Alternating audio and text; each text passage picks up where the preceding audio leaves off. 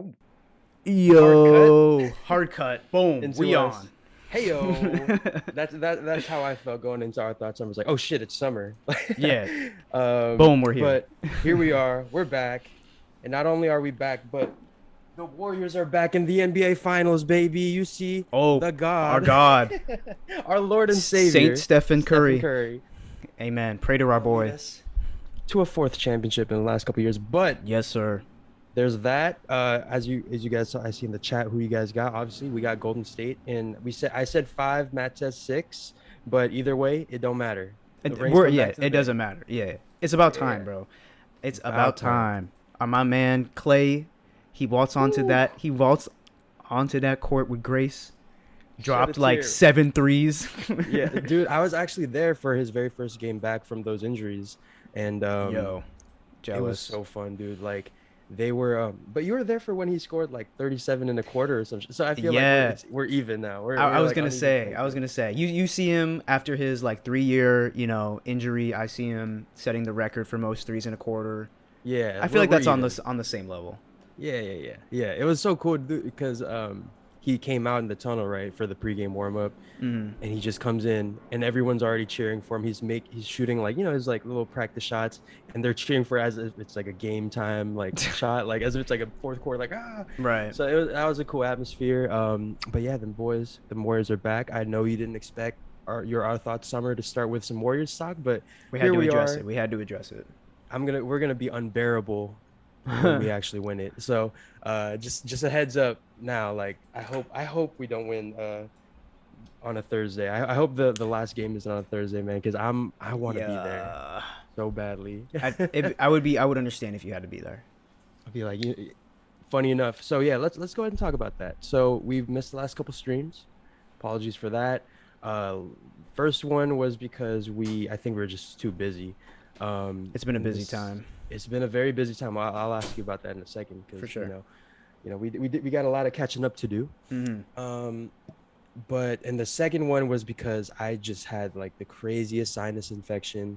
I don't know if you can hear it still, but I have I have my tea. I have my Ricola here to Oh, try to make nice. this stream as bearable as possible for you guys. So yeah, I always get like a sinus infection when the season's changing, like when Mm.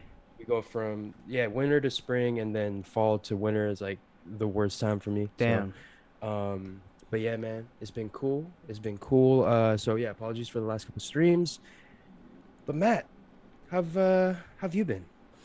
I've been good. Also busy. Curry knows what's up. Yes, sir. Just working. Brawler. Yes, sir. Working on my last film of my school career right now.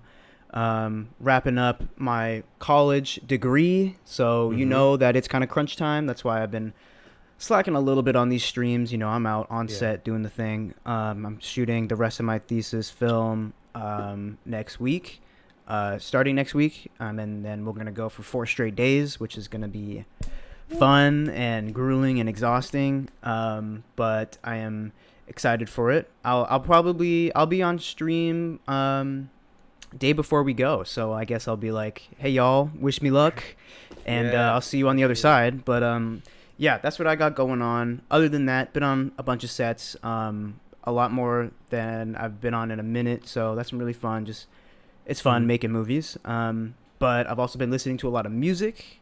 Also been So much music so dropping. much, Also, yeah. wait, do we want to get into that? No, go ahead, continue. What have you been up to Um, before we get into what else promoting have I that? been up to? I was in Vegas. Sister Mm, graduated. That was cool. That was a nice yep. little hiatus, actually. Um, I think my body really needed to rest because I slept the whole time I was there. Hmm. And it was a good refresher. But yeah, that was kind of like past few weeks. Speaking of music, though, that has Yeah. been Oh something my else God. that has been on my mind. Yeah. So we got so much music that has been dropping the last couple of weeks ever since we've been like on our little mini hiatus. But if we're talking music, we gotta plug something. We got something to plug. Obviously we got a lot of our day ones here, but for anyone watching the stream back, first of all, hey, we dropped you know, a little summer mixtape for you guys. We curated some vibes for you. We wanted to make something that would be the soundtrack to your summer, you know, whether you're at the poolside, whether you're by the beach, whether you're with, Yeah. your significant other, just chilling, just vibing. Summer nights, some of my favorite times Summer of the year. nights, love that. Summer drives, Yeah. like shit, man. Road trips. Like we wanted to make a soundtrack that like kind of encompassed it all that, we could come back to and be like, damn, like we made so many memories to that mixtape. And here we are. We're gonna go ahead and link it in the chat right here. Boom. There it is. It's called Now That Wait, hold on. Now That's What I Call an Our Thoughts Summer. Yes. If you guys don't know, it's a reference to those like there's like some back in our day, Back in our there, day. there used to be these like compilation albums where they would just take like, oh, what are the best pop hits of whatever year it is, and it's Now That's What I Call Music, and there's I think they're on like 82 now. Like Now That's Yeah. What I Call Music 82. So, the first edition of an Our Thoughts Summer is in the chat right now. So go check that out. Let us know what you think. I will say once Funk Wave Volume 2 drops, that will be taking Mm, over the entirety of the playlist because I just oh know my God. or that those are the two things you listen to is that album and this playlist and that's all you need for the Right. summer. I know, dude. Yeah, did you hear the new song that came out with Dua Lipa, Young Thug, Yeah, the um, Potions? potions, yeah. Yeah, I Definitely know a vibe. Miracle wanted us to talk about it, so shout out to Miracle, one of our mods. What'd you think about it? Our Def first peek of yeah, Funk Wave Bounces Volume 2. definitely reminiscent of volume 1, I'd say. But Yeah. Hmm. I like it. I feel like it's I love I guess I'm not really a hot take, but probably something I just wouldn't expect. But like a lot of the Dua Lipa collabs with like rappers, like her, like the Baby remix, like it's not bad, you know. Like It's good. I like Dua Lipa and how she collaborates with other people. So her and Young Thug was really cool. But no, it was definitely a vibe. I think I added it to one of my other playlists. We should probably add it to the summer playlist. Yeah, But yeah, yeah. yeah, no, I think when after I heard that, I listened back to the entirety of Volume 1 because I was like, yeah, it's that time of year now. Yeah, man, you had that scratch or that itch Mm-hmm. for Funk Wave. Yeah, so I feel like that was really the perfect song that kind of brought me back to that funk wave vibe. Like it was you know, the main two or three things that I think of when I think of Funk Wave Bounces Volume 1 is weird collaborations. Yeah. Like just like a weird combination of artists, uh amazing vibe, and just like pure unadulterated like summer. Yes. Like, so I got all three of those. It's gonna be a hit. It's gonna be all over the radio. I do wonder if Over Now is gonna be on Funk Wave Bounces Volume 2, the Weekend's own. Maybe. Just because I remember we were hyping that up as like, oh shit, the return of Funk Wave Bounces. Right. So I don't know. We'll see. Probably, right? That song got a lot of streams, so I'm sure they'd want the numbers for there. But Hopefully, it's longer than Volume 1. I think Volume 1 Volume 1 is was very it short. was pretty Yeah. short. So it's been a long time, plenty of time to collab. But Mhm. no, that's definitely among other albums my most anticipated album this summer, this year. Uh-huh. But when is it supposed to drop? It's supposed to drop this month, right? It better. It I better. Here, hope. let me look that up real quick. Okay. Funk Wave Bounces Volume 2 is coming out this summer. Thank you for the information. Maybe that's all we But know. maybe that is all we know. Damn. Well, it's definitely coming in the summer for the perfect time. Okay. One thing I'll say, there's a song you added, "Meant to Be" by Mine on by Oh yeah, Anime on anime. on our Now That's What I Call Summer thing. And I was thinking like, damn, why did he release that album 2.5 in like November or December or Right. some like I remember thinking like this album is such a summer playlist. Why are you putting this when it's like freezing rain, like freezing rain. Yeah, Um that's but even worse. yeah. But now it's like cool. It's a perfect time for that album if you guys haven't already. A little early what's in your rotation submission. There you go. 2.5 Amine, one of the most underrated I think album runs. His like Oh, for point sure. 0.5 series. So yeah, so without further ado, now that we're kind of first of all, how are you have you guys been doing? Catch us up on how you guys have been. Let's see, who's in the chat here. We got Josh. Yep, what's up, Josh? Kitchen Boy, Curry, of course. We Shout out got to the you letter guys. K in the chat. Let's Wow, we go. got K. Where's L? We take no Probably L's. That's probably why. in Boston. Um, Oh. Okay. Okay. dang. Okay. Anyways, Okay. Okay. anyways, Moving on. Moving we're on. back, baby. We're back. So some news to get us warmed up before we get into the Kendrick Lamar stuff. If that's what you're here for, then stay tuned, or just I know I usually do like timestamps or whatever. Just go and click ahead, but maybe don't because we're cool and you like having fun with us. And we're gonna talk about something really cool, something that Matt is very, very excited for. It's about his it used to be your favorite artist, but like since he hasn't dropped, you're like, all right, he's off the totem pole now. Frank Ocean is who we're talking about, and the news is that uh Oh, sorry. hold on. Just you. I know I was like, oh, my thoughts podcast. Here we go. We back. My bad. I Um, was pulling up the article and then I switched over to a different view. I was like, Oh, oh here, you know my. what? Talk to him. Talk to him. Fucking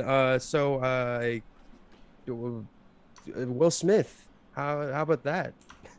It's been a long hiatus. Hmm. So let's talk about Will Smith. I think. Oh no, Johnny Depp. Let's talk about Johnny Depp. Wait, hold on, hold Uh, on, hold on. Hold on. I thought we Team were talking about. Johnny. I thought we were. Oh, okay, okay. Team Johnny, guys. Pirates of the Caribbean 6 coming out soon. So Frank Ocean. Yeah, hold Oh on. God. Let's get back to the. I think every single thing to be said has been said about that Yeah, I trial. know. There's nothing I God. could say. I love the dudes that are like so devoted to that cause.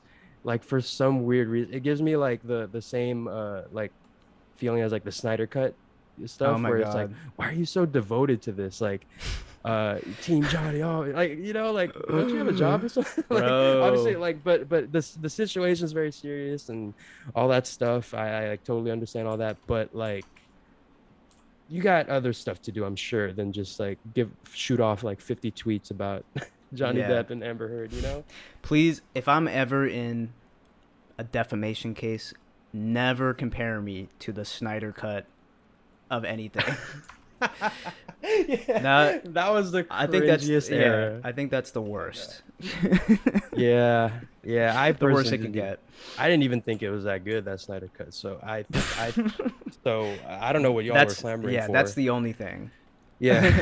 If it was a Anyway, good movie, we can compare it. then I'd be like, okay, we'll take it. But Sure. that shit, no, no, no, no, no. All right. Frank Ocean. Frank Ocean. Frank Ocean. See, we're delaying it. See, I'm here. I'm here. Frank Ocean Sorry. got Sorry. Matt acting different. I don't know what's happening. Oh, French Montana coming French back Montana. he wanted to ruin our thoughts summer. I guess so. So Franco, I feel like anytime I say his name, some crazy shit happens. Yeah, you just jinx it. I know. Frank Ocean is currently in talks It's a close one. with A24 and 2AM to write and direct his first ever feature film. Yes. So far, we don't have any like official details, anything like that, no synopsis, but sources have said that Frank Ocean is eyeing New Mexico as a potential location to film, and the project is currently being referred to internally as Philly, as in Philadelphia. So Oh, the title? it's like a internal, Interesting. like a working title. It's like Blue Harvest for Star Wars. Got you it. know, Got it. like, Got it. But yeah, really cool. What was your first reaction to this? I was honestly like pretty hyped about this. I feel like a lot of people are like, man, this dude is doing anything but dropping music. But I'm like, you know what? I've already given that up. Like, so I have come to the conclusion I will not be hearing new Frank Ocean music, but Yeah. Frank Ocean directing something Mm. that has me thinking, because I think you can see in this article they talk about how A24 has kind of not really collaborated, or I guess kind of collaborated with Frank in the past. Yeah. He had I have the Moonlight screenplay book that has a foreword written by Frank Ocean in the beginning of it, and then a lot of Frank Ocean's music was used in like the movie Waves. So he's always Great been kind movie. of he's always been kind of within the same aesthetic of the A24 studio. So when I saw them both collabing, or like him potentially being put on to direct something, and have that be produced and distributed by A24, it just made a lot of sense. I was like, yeah, he's probably gonna do something really good. Probably something coming of age. Um, maybe I don't know. I mean, it seems like a narrative project, which is going to be really interesting because transitioning from something like Blonde to like a film is something that like I've tried to do. Like Mm-hmm. I'm like I think I made a tweet like a while ago where I'm like I want to make a movie that like changes things the way like Blonde changed music and everything. And I'm like, damn, Frank Ocean about to do that anyway. I So know. we'll see. I think it'll be cool. They said that they're trying to. I feel like nothing is really set in stone with this deal. They said that they're trying to like kind of schedule it around Frank Ocean's other things that he's doing. Like he's supposed to be headlining Coachella next year. Mm-hmm. So that is probably posing some things. So I will never really be certain of anything that Frank Ocean does. And if he does do this, we might see it in about a decade. So Yeah. it's a cool It's gonna thought. be like Boyhood, that Yeah, movie where yeah. like, oh, they actually aged up and waited the whole 10 years to film. Like it's gonna be one of those movies. Like, Yeah, about but him. I'm Yeah. interested, yeah, about him. I'm interested why you think that we're never getting the album. Because I feel like maybe it could be kind of like what the Weeknd did with the Idol. Like Mm. he kind of put out Don FM, did his performances, and then that kind of led into his HBO series. So I'm interested why you Yeah. think it's not gonna, or like he couldn't just drop the album, Coachella, I guess, and then the And then film, direct a movie. and then direct a whole movie, man. I I mean, mean, that's kind of a he's been lot. out of commission for a while, Right. so maybe this is what he's been working on. Potentially. I mean, I wonder if he wrote something, like Hmm, or he collaborated with a writer or something like that. yeah, But I mean, it's like we've been talking about the Frank Ocean albums like it's getting shopped around right now like it's been getting shopped around for a minute, bro. yeah, we're like it exists. I'm like, yeah, but like doesn't mean we're ever It's going to been a hear minute, it. right? Yeah. Yeah. And so I feel like there's a lot going on there. And if you try and add on a whole film that you got to direct on top of that, like plus Coachella, like Uh-huh. nothing's getting done. Yeah. Frank Ocean he doesn't That's have true, he yeah. doesn't have a label, so he's kind of doing it with his own team. But I don't know. I'm always with Frank. My expectations are always low. Yeah. Set them low so you never get disappointed. Yeah, so I don't get disappointed. That's just the level of coping that I'm at. That's the level of the cycle or the stages you're in. You're Yeah, just the just state, expect the as sixth, little as possible. yeah, the sixth layer of grief, Yeah. Acceptance. There you go. acceptance. Yeah, first of all, in the chat here, we got a bunch of people here. First of all, Josh says he's been good working on some creative projects this Oh, summer.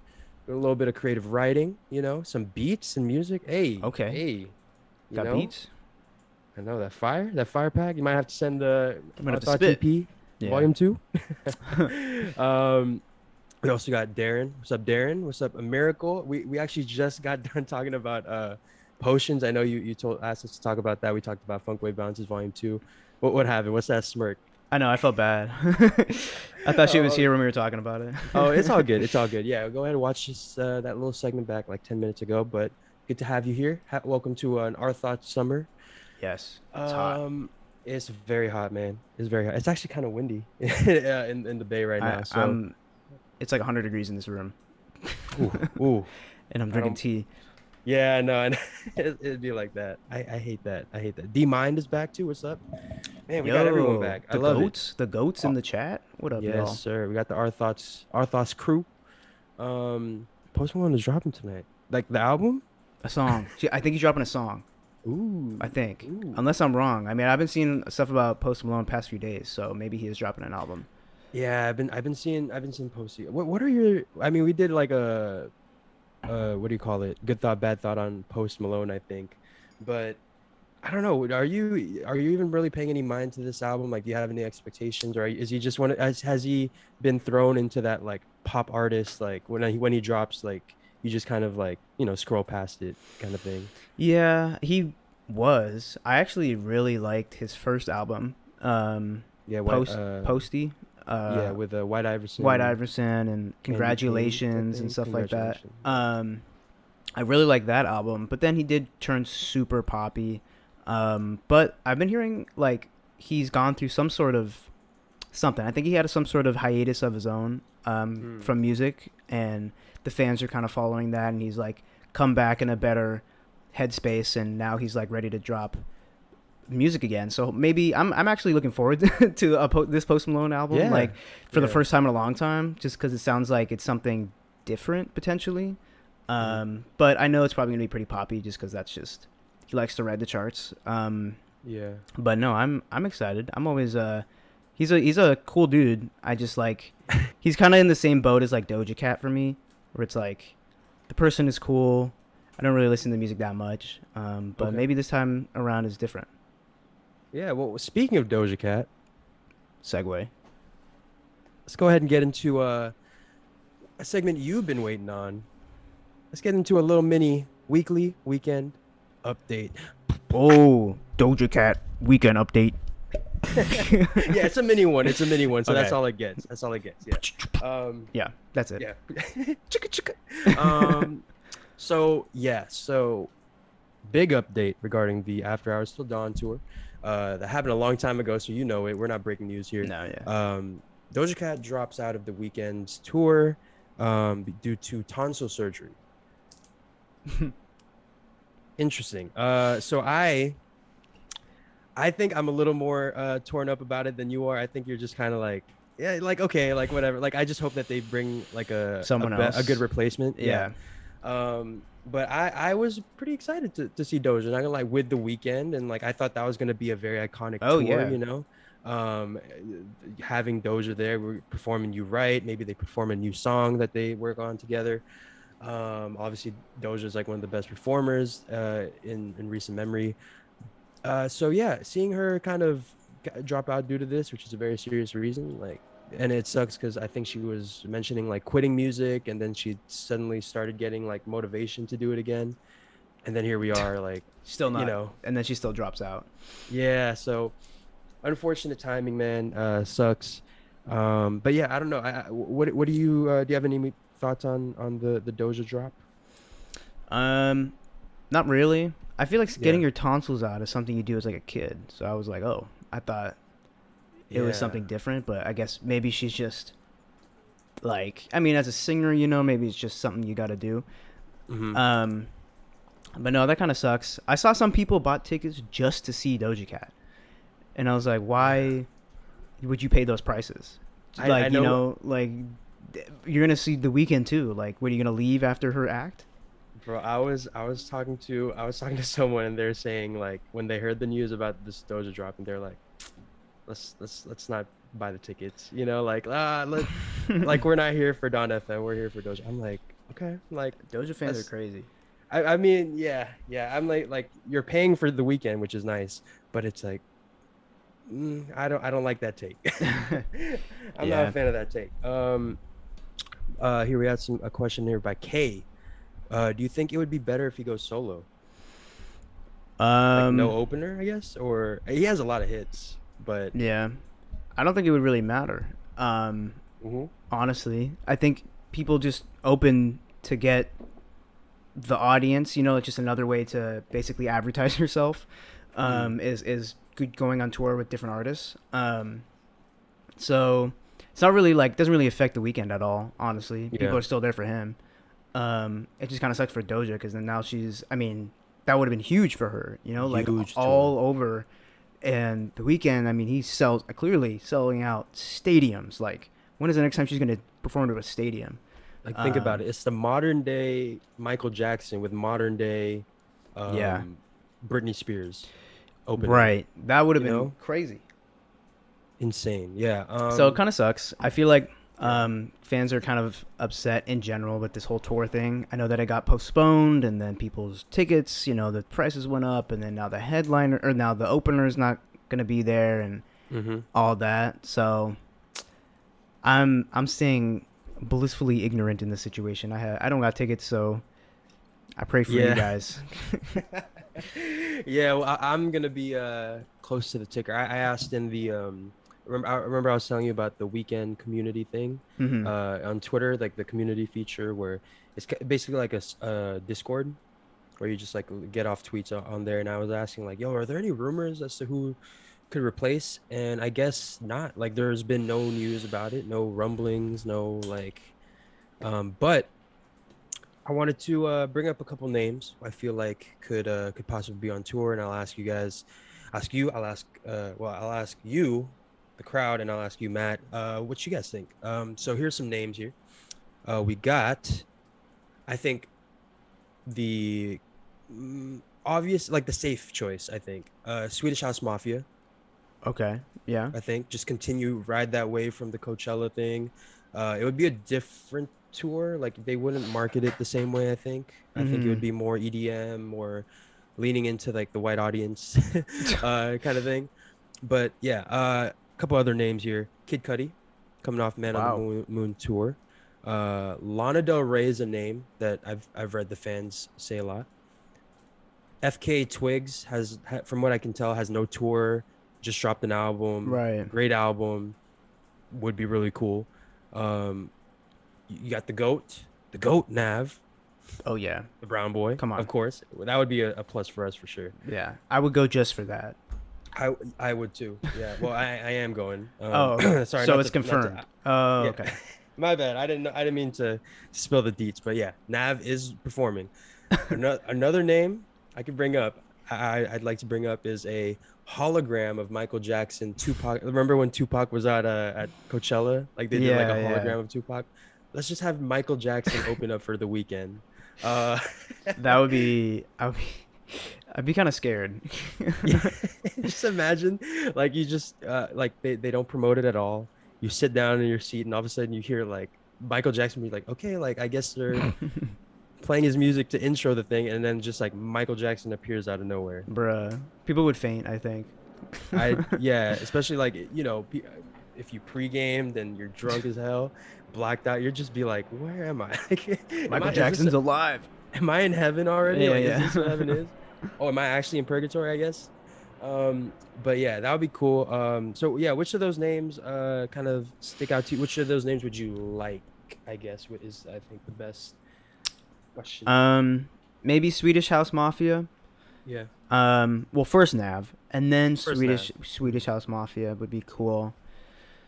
Um, I don't know. It's like it's some of these people are like headliners, you know. So it'd be kind of Mm. weird. Like Lana Del Rey, I don't see her opening for anyone, you know, like anytime soon. Yeah, yeah. FKA Twigs, I can see, um, opening. But other than that, I don't know. Maybe like someone said Drake. That's not an opener. Like I mean, he's a guest appearance. yeah, he's like a surprise guest appearance. Yeah, Yeah. but I don't know. Maybe someone maybe like Labyrinth or something random. You know, like Labyrinth would be sick. you know, Yeah. because they've collaborated in the past, and he's kind of like a smaller artist, and but people like him. You know, that'd be kind of Hmm. cool. Oh yeah. Performing the Euphoria soundtrack. Yeah, like that'd be sick. That'd be really sick. Um, yeah, Tame Impala, Kitchen Boy says would be cool. I don't know if that's a headliner.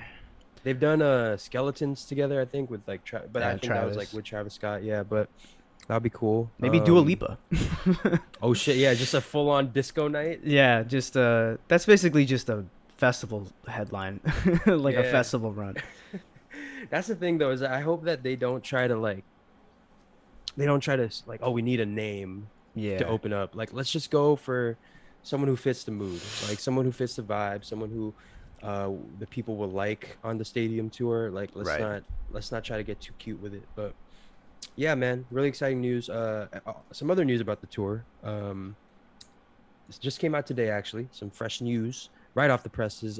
Binance, I don't know who that is or what that is, announces a partnership with the Weeknd on tour to bring, they say, like new creative technology to get like people involved in the show. Uh huh. And the reason I bring this up is because my parents, this is about to sound like the most like parent thing to do. They went on the Coldplay concert at Levi Stadium, the same stadium Are they that they're like recently? very recently, like Okay, 2 weeks ago. I didn't know that they were like performing. No, yeah, they are. They have a new song with BTS. Like Oh wow. they're living. And apparently it was really full. Like there are Coldplay stands out there. Oh, for So, sure. you know, but anyways, they were telling me like, oh, like Levi Stadium, first of all, really great venue, da da da. But also like there were moments in that concert where like they would bring up guests. You could line up and you go on to the stage and you do like a stationary bike, and it helps power something on the stage, like a spinning thing, or like one of the like, remember when we saw the Weekend, we had like there was like the cubes that were kind of Yeah. going throughout. Well, like they would do something where like you jump up and down, and that would like kind of move Oh. some shit.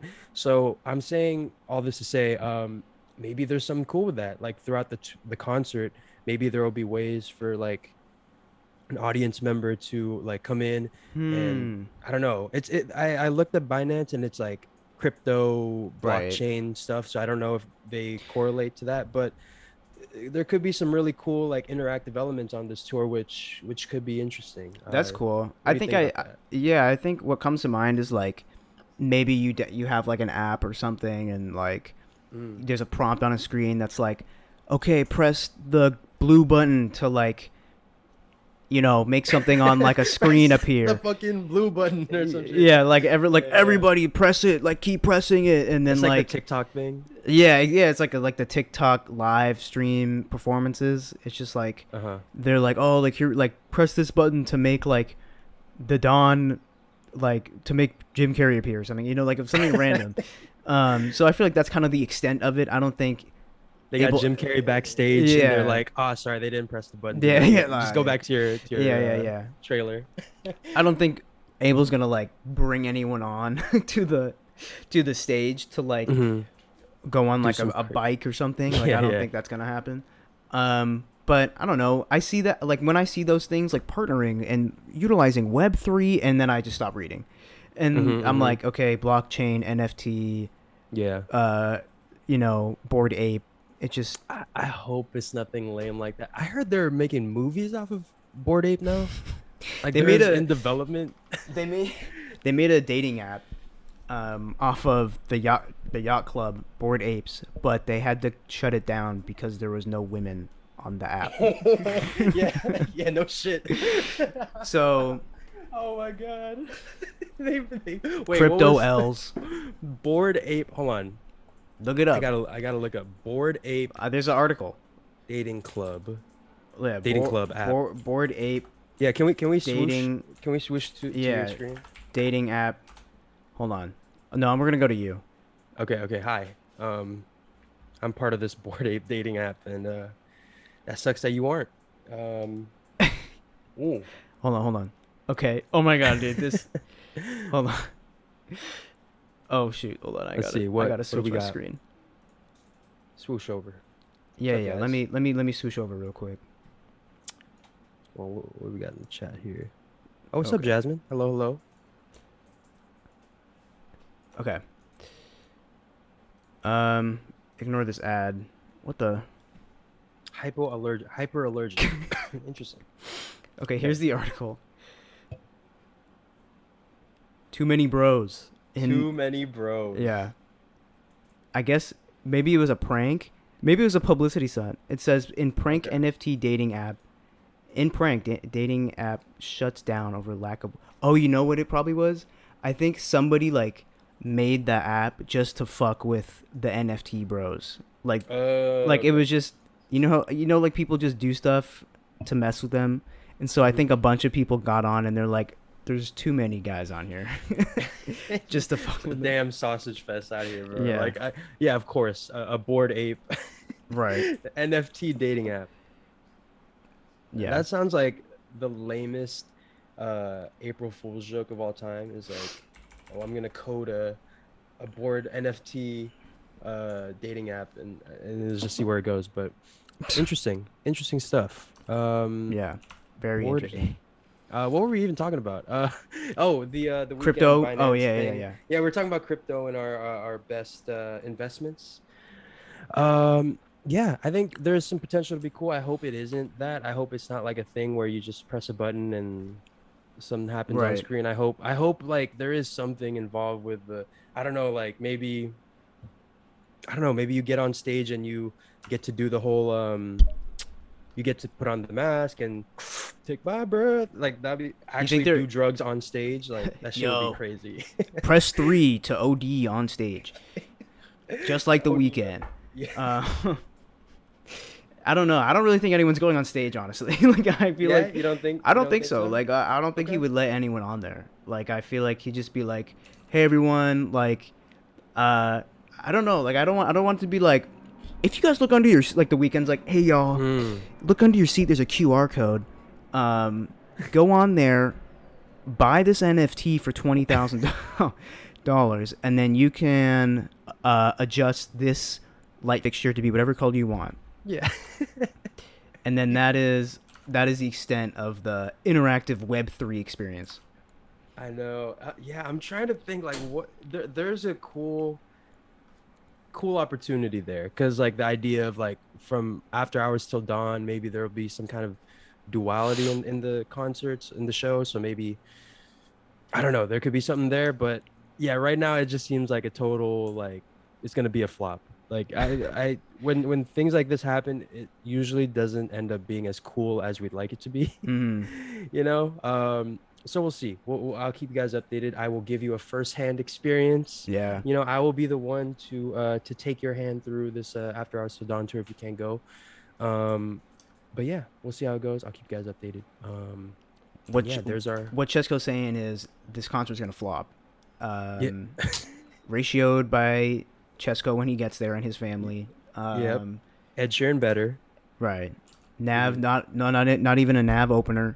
L No L nav concert. opener. L No concert. French.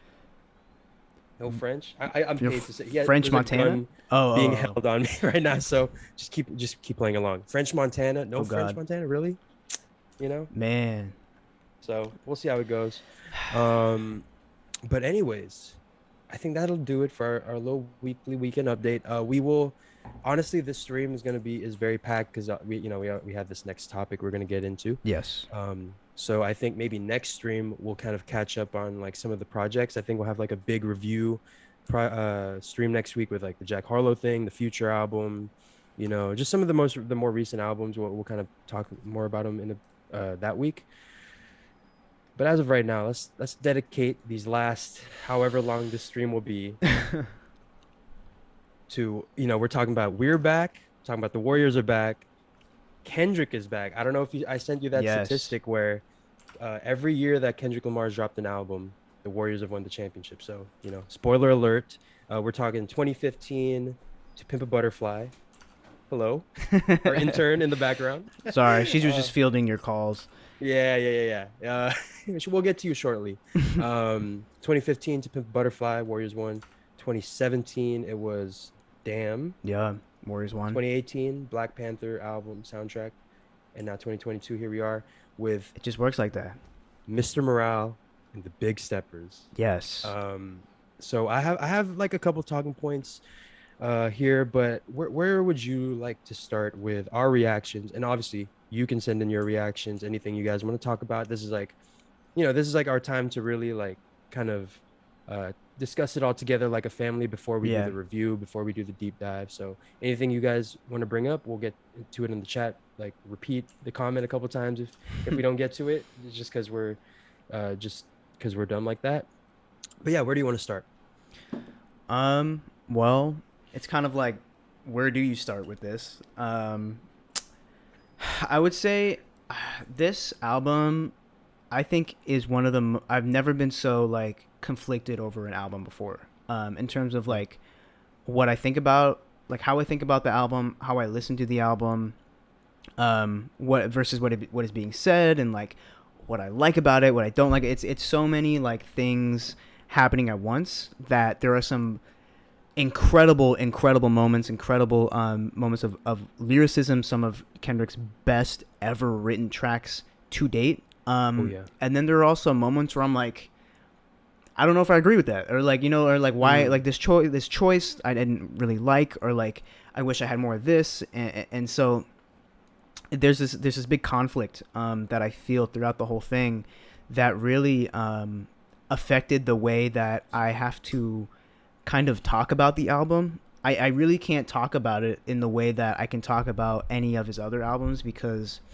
of the way that he approached this project was not really from a musical point of view, whereas there's so much he had to say that I felt like that actually took a step back, and this is more of a testimony. It's more of like a manifesto or a recounting of an event for Kendrick. And if anything, it's more of like a cathartic experience for him.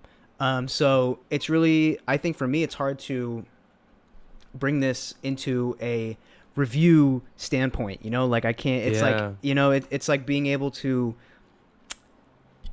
It's like trying to grade an essay that's in like sound form. You know, it's like it really doesn't Mm.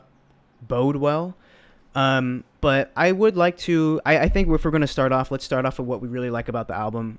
What you know, the positives, what new ideas that he brought, and what he's talking about, and the things that I respect about the album. Because I think off the bat, I'll give you this kind of prompt and say that right now I think I respect this album more than I actually like enjoy it, if that makes sense. I love that. Yeah. What do you think about that? Also in the chat, let me know. I'll expand, but I just wanted to give you that to start off. That's a great hook. I love that. I think I definitely agree with that. I think it's definitely an album that I respect, and I think you and I respect it for the same reason, in that this is such a different album than what is being put out nowadays compared to, we had a video that Right. came out recently, ironically named Why Kendrick Lamar is Gonna Save Humanity. Um, and we were basically talking, we weren't saying like, oh, this the messaging in this album will, be what, even though we did mention that, we were like, oh, we weren't saying that the messages was going to be what saves us. It is more like what that this album represents, where it's like, oh, the quality of it, the Yeah. fact that it challenges you to grow up a little bit, or to mature, or it challenges you to go into some of the lyrics and do a deep dive, like why did he say that. It's a very challenging album. I'll give it that, and I respect that, because I think we've been primed the last couple of years to just enjoy music that, like, that you can just enjoy on a surface level, and then you can just keep coming back to that moment, and then you just keep coming back to that moment, because that just gives them more streams. uh that's why you get songs that are just like a minute and a half, like that Billie Eilish Armani White song that's on TikTok. Right. um Literally just a minute and a half. I don't get that. But yeah, so I get what you're saying, and I think one thing we talked about a little bit was the reason why we said that we don't really enjoy it as much as we feel like we want to, is because of the sound. Hmm. It didn't feel as progressed, or as, worked on and workshopped as we'd like. Yeah, I want to kind of throw it to you in terms of that. You can kind of go into the sound, you can kind of just expand generally, but yeah. But what could you expand on your initial thing? Yeah. I think I saw someone in the chat say something interesting where who was it? Joshua said, if Good Kid, Mad City is a movie and Tip of a Butterfly is a novel, Mr. Morale is a musical, like a stage play. Love it. I think that aspect of it really spoke to me. The musical um, aspect of it, where it's kind of like this theater, like, kind of like local theater piano performance.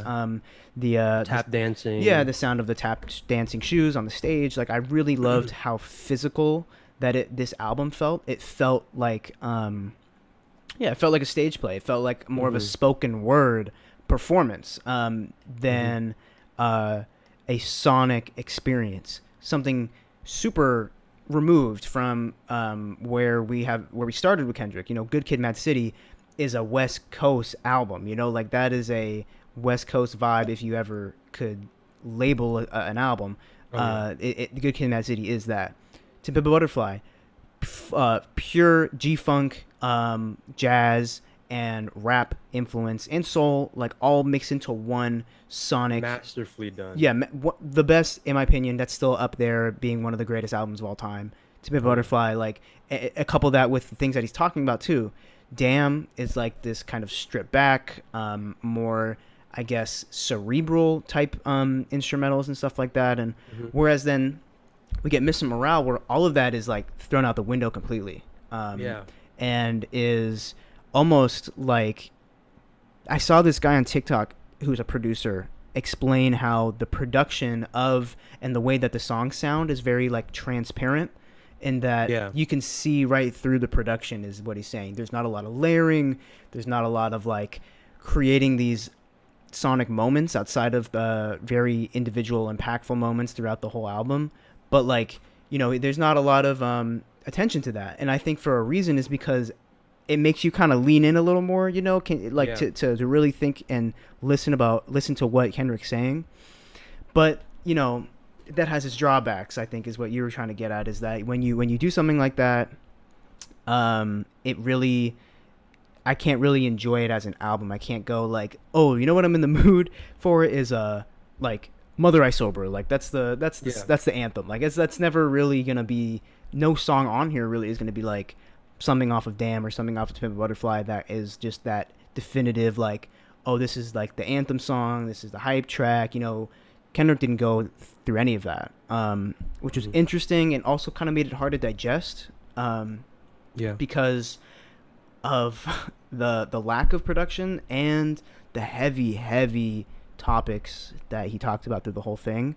But this is supposed to be the positive part. I'm like seeping in between. But I will say what I did like about the production was again the physicality of it. I liked how it's kind of that transparency in that, oh, it's like it's not trying to do anything different or like not trying to do anything too much, that it needs to do. It's subdued. It felt contained. It felt intimate but also kind of disassociative. It didn't feel like as intimate as like Damn, where it's like you kind of feel all the emotions. This is just like, I need to pick apart my brain. This is kind of like being intimate with yourself is what it felt like. It's not like you're there when you're really being honest with yourself, and you're saying like, oh, I have to fix this about myself. You're never like, oh, like it's okay. You don't really coddle yourself. And so it felt like raw and honest, and the production reflected that, but I think it's so raw and honest that it's like it almost doesn't really fit the medium of an album of music. That's kind of how I feel about it. I love where you went with that, because it kind of goes into my biggest positive about the album. And again, what I respect about it so much is that it very much is an album that is made for no one else on this earth but for Kendrick Lamar. Yeah. Like, it is made for him to expand on some of his creative journeys. Kind of goes back on some certain sounds, like for example Die Hard really reminds me of like All the Stars, but feels like kind of like a West Coast LA version of that. He goes back to certain, you get all the hits. He in terms of like, he does the voices, he does the different flows, he plays the different characters, he brings on another person as another character in We Cry Together. So you get all like kind of what you want from Kendrick. But the thing is, he's doing all of that not to please like the viewers or the listeners or get the streams or whatever. He's using all the tools in his tool bag to express what it is he's been going through these last 5 years. And I think that is what I love about the album the most, is that he really risked, coming off of Good Kid, Mad City, coming off of To Pimp a Butterfly. Like, I feel like all those albums kind of got more and more commercialized. Yeah. As hip hop has gotten more and more commercialized and has become the trend, has become the culture, that we kind of expect that now, to where all mainstream albums kind of have to have, the radio single, or has to be in some ways like accessible. But Kendrick said like, no, I'm not doing any of that shit. Like, we're sticking to what I want to say, what I want to do on every song. It felt like at any point he could just cut out the beat and just go for, if that's what he felt like doing, like, regardless of how we feel about it, I have to love the fact that he's taking this risk and doing what he wants to do on this album, so. Yeah, and I like how you talk about like he can just take out the beat, because like literally like there are moments where there's barely any beat, and it's just him. And I think the one drawback, or like the one positive from the production being so minimal, is that it just shows off just how talented Kendrick is to carry a track, let alone a whole album, just off of his lyricism alone, and just off how provocative he can be with his words. So the thing is, there actually isn't a lot of like rap, like punchlines and like double entendres, like rap. It's a lot of very like storytelling. Storytelling. A lot of conflict. Sometimes you're seeing the conflict happen right in front of you. Again, Right. that big moment we cry together. Right. Um, which I would definitely love to get your guys' thoughts on. But yeah, sorry, what were you continuing to say about like cutting out the beat, the lyricism, Yeah, and I like think carrying having that carry? yeah, and like because of that, I'm listening to him more intently, like I mentioned, and I Yeah. think he used that definitely to his advantage. I think that is the most attractive thing about this album is what he says on it. Mm-hmm. To me, I think is what hit the hardest. I want to go into kind of what he was talking about on like Savior or Yeah. Crown, talking about how he had this savior complex that he had to work through. I feel like I think there was a little bit of me that was a little. This was after the fact the album came out that I was like, oh shit, I kind of like we kind of played into that exact thing that he was trying to work Mm-hmm. through. Saying, oh, Kendrick, the king is back. Like he's gonna save humanity. Like he's gonna Right. give it all the answers to our prayers. Like I was like, and then when I heard Savior and Crown, where he's like, I am like you. Like I do not have the answers. I may have opened your eyes to something. I may have said something in a profound way that provoked you and started and allowed you to think about something differently. But I am not a savior. I am not the Yeah. one with the answers to everything. And he had this pressure to feel like the one who had feel like he had to be that person. And so when he failed, or when he kept seeing injustice in his community, and like the fact that he also has to carry this kind of survivor's guilt as well, being the only one out of his community to kind of make it, quote unquote, and be away Yeah. from all the problems, yet everyone he knows back home is still suffering from the things that he's talking about.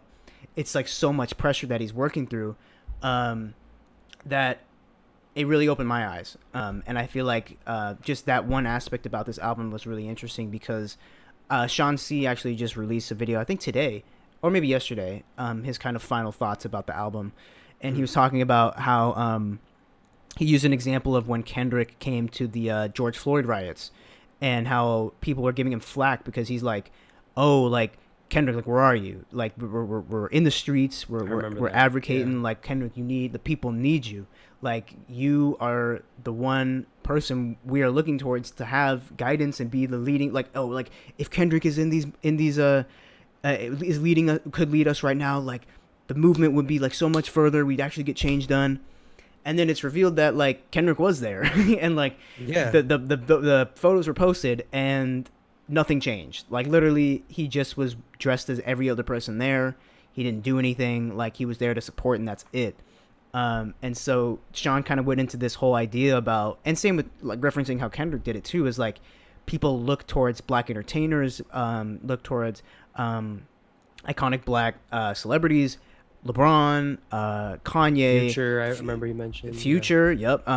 All these people, Kodak Black being a really, we'll get into that. But like, Yeah, very interesting. yeah, but people turn to these people, specifically black entertainers, to like be the one who takes on the burden of understanding and dissecting and explaining and giving you the answers to all these extremely complex things about society and shit like that.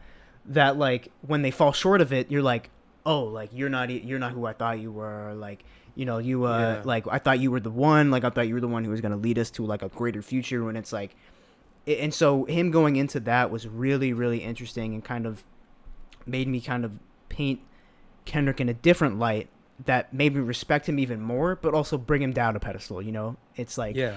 it's so easy to just be like, Kendrick is the one. Like was sent here by God, to like be the Messiah for all of us and bring us and release us like from this evil. Like he really did feel like that. That's why he's wearing like the crown of thorns, on the cover. Like he felt like Mm-hmm. he had that responsibility. So I think hearing him go through coping and breaking that mentality and speak from a place of already being healed from that and explaining that through this album was really interesting. I Yeah, still very think, interesting. yeah, and I still think another thing that Sean C said that I really agree with, that, which I thought that I also had, he also said it, was that there were so many times where I'm like, damn, I wish that Kendrick wrote a book rather than put it Mm. into an album, Yeah.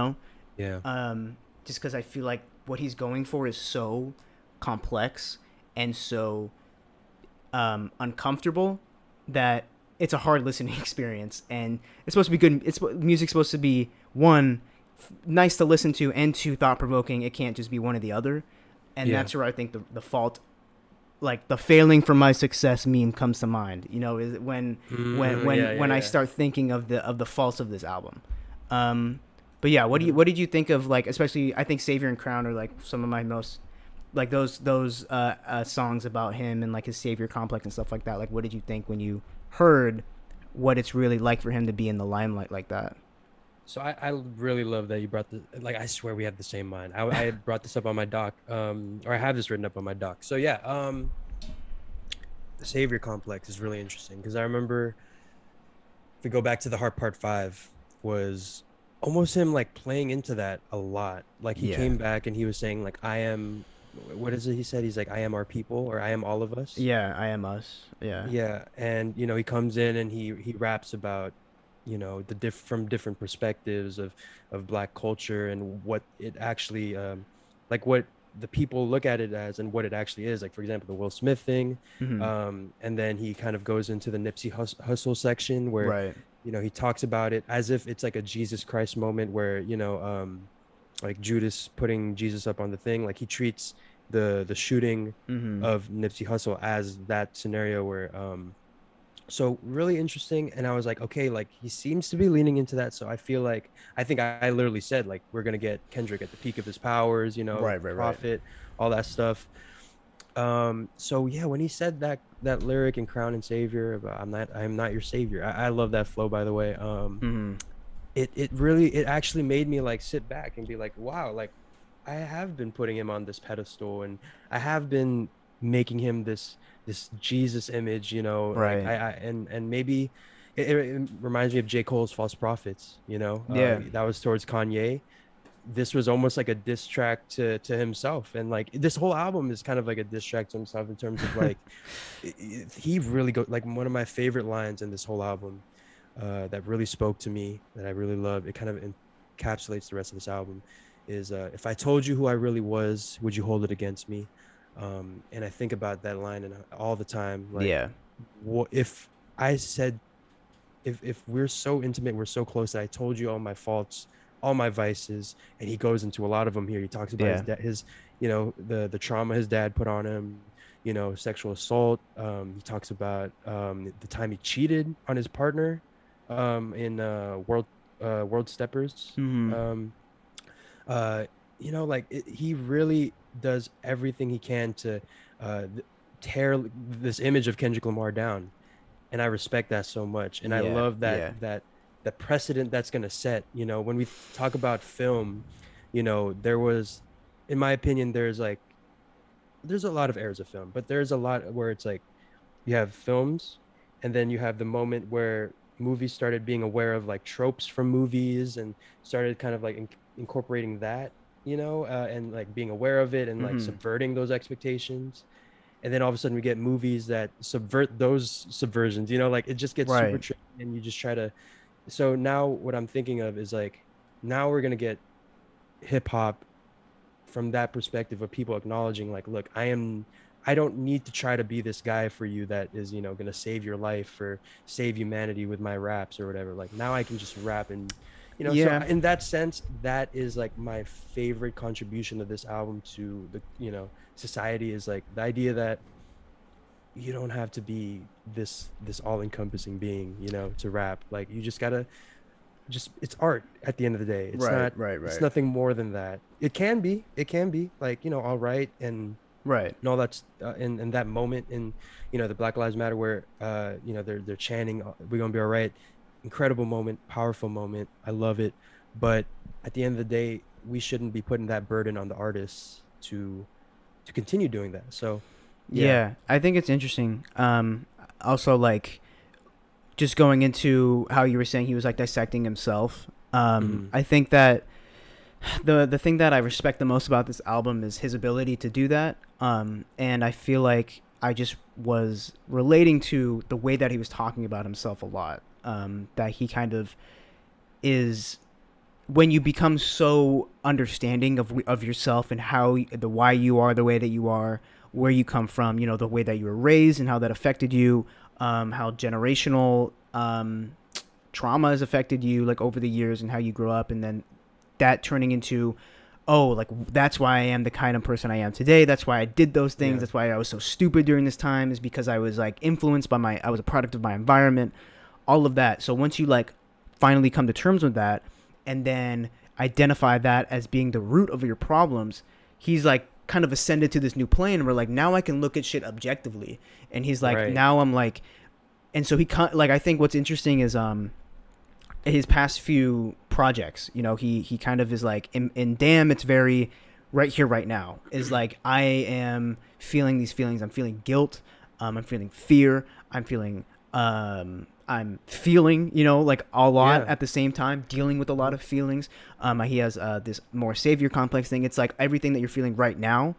And so but with Mr. Morale, it's like, this is why I was feeling that way. Let me dissect it to you in this 2-part therapy session, 2-disc album. And so I think that part was really, really cool, and seeing him take a completely new perspective on himself, because at the other, I think his demeanor in his other albums were more like he's fighting through the trenches with us, you know, like in To Pimp a Butterfly. Yeah.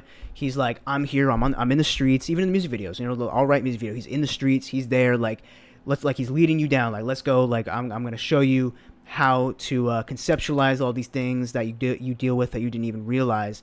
And now he's like, it was like it's like he went on that 2-year hiatus, and then now he came back for Miss Morale, and then now he's talking about everything he learned. And so I think that new perspective is really interesting, and something I haven't really heard on a rap album ever. Yeah. Is how confident you can be in understanding your own like mental state, you know. But I feel like there are certain things about the album that there are certain ideas that he was going for that still really didn't translate well to the message that he's going for, and to like the format of an album. I got one. Yeah. I got one that I can. Yeah. Go ahead. Absolutely, that everyone's been talking about. Yeah. It is I feel like one concept that he didn't, that was kind of half baked. I'd say 3/4 of the way baked. Was Auntie Diaries. I think that song is. I get what he was going for. You know, it's about, you know, how accepting, you know, the LGBTQ the community in your own family, and the kind of the struggles that he has had with that. But I think that critique that people have had about, you know, his use of the hard F word in that context, I think is a fair critique. I'm never going to be one to say like, oh, you shouldn't be offended by that. Right. And honestly, I do see that perspective. Like, you know, I think it would have been better, because the way it goes, he like says it to kind of encompass, to illustrate how he says words and doesn't really there's no impact to it, you know, there's no meaning to it. It's just something that he says. It's a phrase, it's something he learned from someone else, you know. Right. That's but then, you know, that's heavily contrasts to what he is now, where he's a rapper and every single word is being dissected to like by like millimeters of it, you know, like under a microscope. So but yeah, so the whole point with so Auntie Diaries is, I think, one of those songs that you were talking about where the idea was a little bit, I don't know, what did you think about that one? I feel like Auntie Diaries, like it was sort of Kendrick just kind of like, I don't want to say justifying anything, you know, but it was sort of just like saying like, oh, I had this issue with myself. I was transphobic. I was homophobic.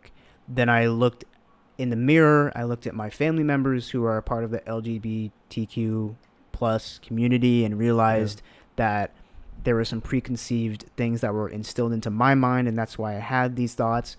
And so it was more like, here is a personal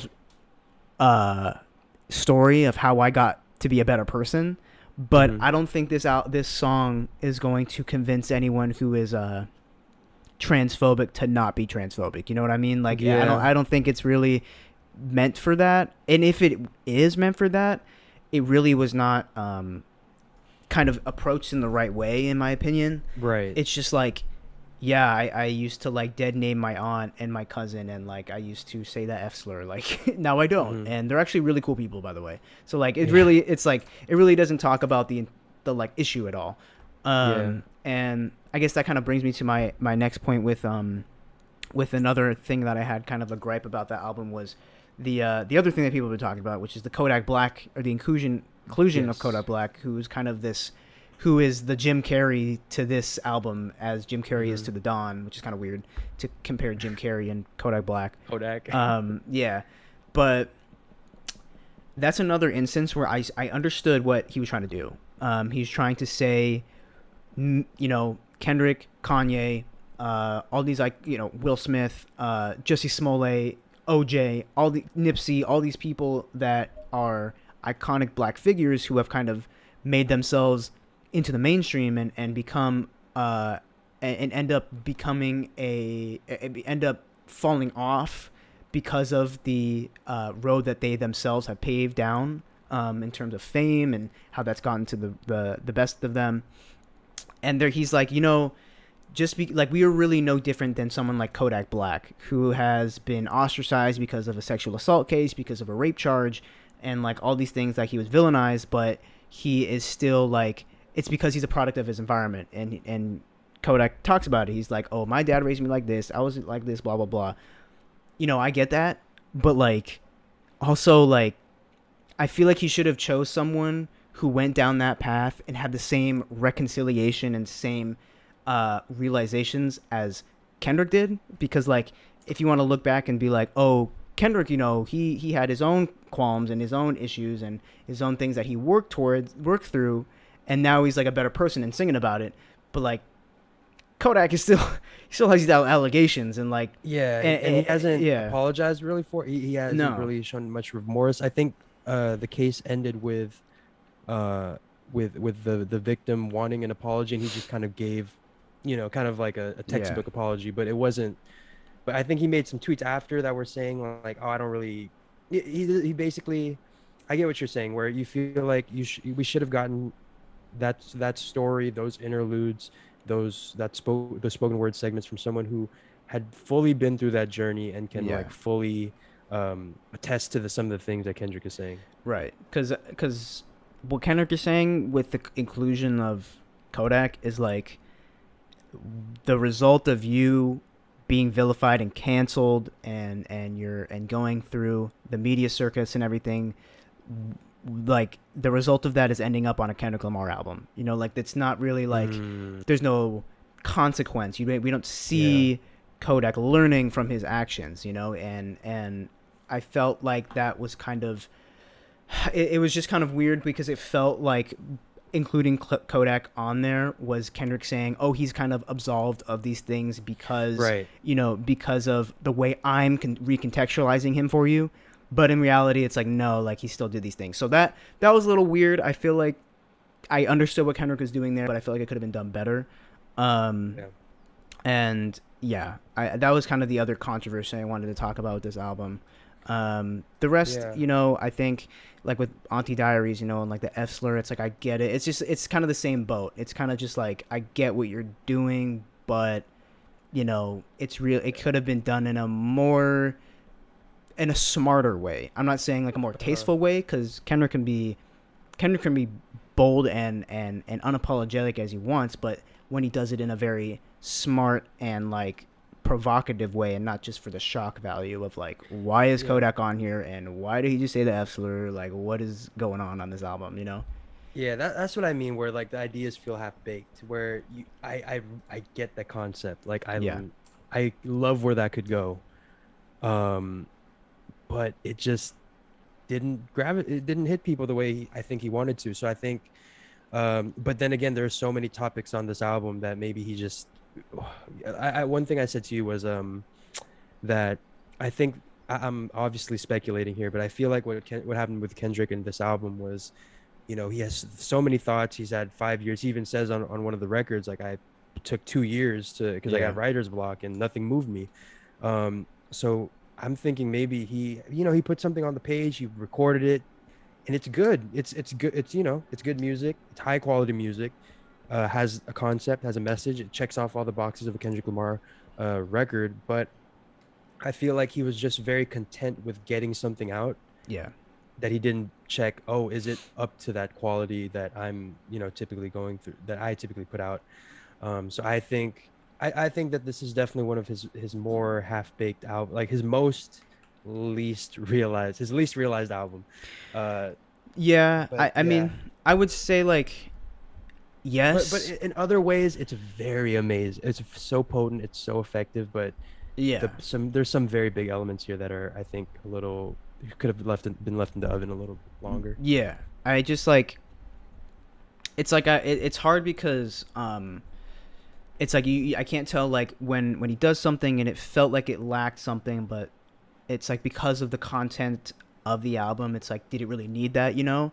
And so that's why I'm Mm, like, it just really feels like what he says on here was really meant to be in a book, you know, like that Mr. Morale book. Like, I would have much rather read his experience mhm. going through therapy and like Right. understanding himself, you know, and I then, totally agree with that statement. you Yeah. know, rather than like trying to paint a picture for us sonically as an album. And so, that being said, I will say, like, this is like from just a pure music standpoint of like is the music good on the new Kendrick album. This is probably my least favorite of all Mhm. of his albums.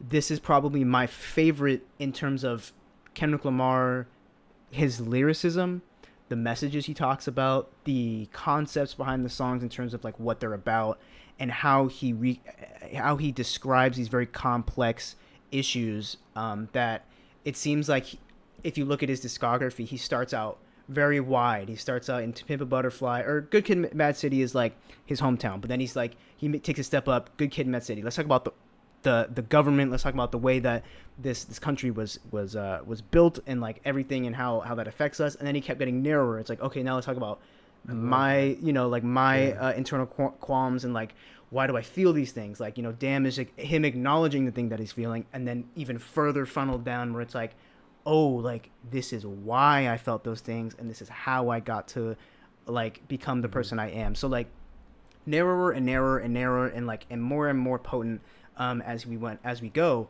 but it's like to a point where Kendrick he's so good at painting a picture and he's so good at describing and vocalizing certain complex issues that I feel like he kind of is dug himself into a hole a little bit here with this album. In terms of trying to find like how do you find the sound for that, you know, like how do you find the Mhm. correct way to sonically convey what I learned in therapy, you know, like it's just Yeah. it's so like those two don't really mesh well. And so that's why I was really confused. Like the Heart Part 5 is this G Funk, you know, um, soul sample, great track, and then we get something completely opposite on the actual album. Um, and so it's just I felt like that is why we got the album we did. Is he Mhm. had this revelation, finally had this breakthrough. You know, they even say it Yeah. on like the first track of the second disc. They're like session 2 breakthrough or whatever that the Mhm. woman says. Um, but Oh, now he's like shit. Like how do I make this an album? right. Yeah. First of all, man, I missed you, bro. I miss talking to you. We've obviously FaceTime a couple times uh since our hiatus or whatever, during our hiatus, but man, I miss talking to you about like music and all that stuff, but Mm-hmm. and just like everything. Um but yeah, I think that I really like what you said about the albums getting more and more narrower, but also like in terms of the album he's going for, it becomes more, it expands too. It's like kind of an Yeah. inverse thing where he starts off with Good Kid, Mad City. It's very focused on like that West Coast, like you said, funk, and then he gets, the the white audience involved with To Pimp a Butterfly because they're like, wow, jazz, like he can incorporate, like he classified Yeah. or he made it really classy and enjoyable for those ears, but also put this powerful message. Yeah. And then you get Damn, which is I think his most commercial album, Yeah. and then I think that's part of why uh this album has been received the way it has because people were expecting him to go along that journey of Right. Even along more that commercial. trajectory of commercial, but he was actually following the thing that you were talking about, which is more about the messaging. Like Yeah. what Yeah. is it that we need to improve? First, it was our communities, then it was our government, how it's handled, how it's run, societal mindsets that need to be changed. Yeah. Then it goes to myself, and then it goes into like my trauma. Like, Yeah. like that's crazy. Like, Yeah. um, but damn, there was another thing that I really wanted to talk about, but I'm forgetting, which Mm. sucks. I hate what was like the very last thing that you were talking about? Um, I hate this. just what you said with the well, I was gonna say how there were certain moments on this album that like really this is kind of random, but like it really reminded me of Yeezus in a way. Um, the lyricism and like the words and the lines that jumped out to me.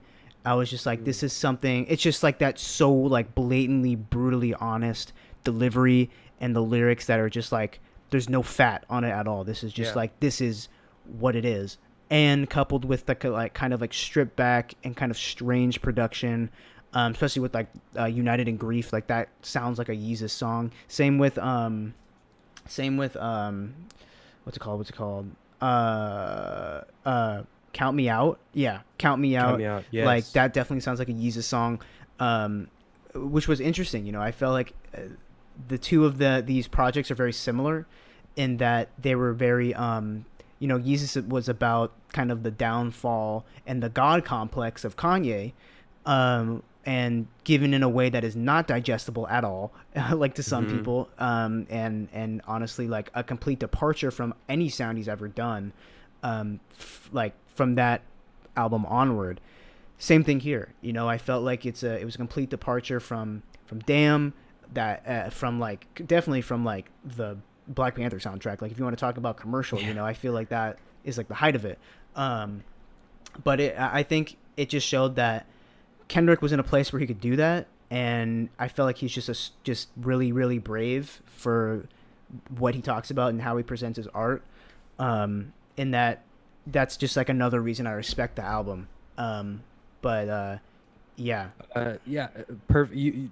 That did the trick, man. I remember what it was. okay, I was just writing it down. So first of all, what you're saying about Yeezus and kind of like the comparisons, I feel like what Yeezus was to like the sound of hip hop, like now we're incorporating synths, now we're incorporating those yeah, hard 808s in that specific way, the same way that Tyler has kind of like developed and perfected almost.